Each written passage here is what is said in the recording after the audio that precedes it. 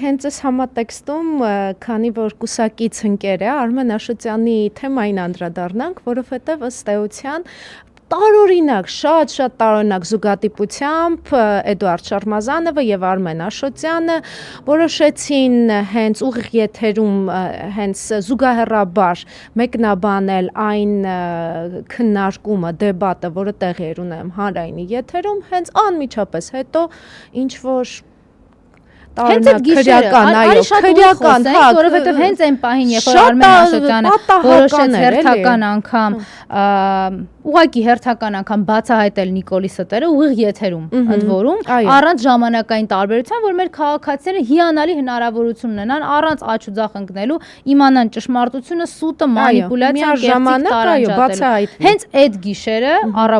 առավոտյան միանգամից Արմեն Աշոտյանին արդեն կալանքի որոշումը կայացվեց նույն մասկի շոուներով։ Մարդիկ 4-5 տարի մոռացել էին այդ գործերի մասին, որևէ անհրաժեշտություն, ինչ-որ շտապողականություն կամ օպերատիվություն չկար, հենց Արմեն Աշոտյանը արեց հերթական եթերը, որը ուղղակի վերջնականապես բացահայտեց Նիկոլի դեմքը քարոզարշավի վերջին օրը, լռության օրից առաջ, բնականաբար իր կալանքն էլ չուշացավ միանգամից։ Ընդ որում, պարոն Աշոտյանը երկրորդ անգամ արդեն էս ամեն ինչի միջով անցնում։ Այն առաջի գործը տեսան, որ չի ստացվում ոչ մի բան։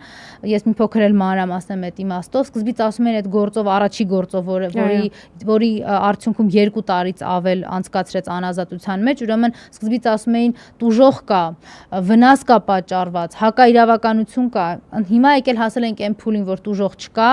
վնաս չկա, անգամ հայցի իմաստով վնաս չկա ներկայացված, չկա հակաիրավական որևէ գործողություն, բայց պարոն Աշոտյանի վերաբերյալ քրեական գործը կա։ Դրա համար, քանի որ այն փլվել է իրանց սարքածը, հիմա էլի եկել էին պարոն Աշոտյանին հերթական անգամ հալածանքների ենթարկելու ու ընդամենը 2 օր առաջ էլի հերթական ապօրինի դատական ակտ կայացվել։ Մենք այստեղ ամեն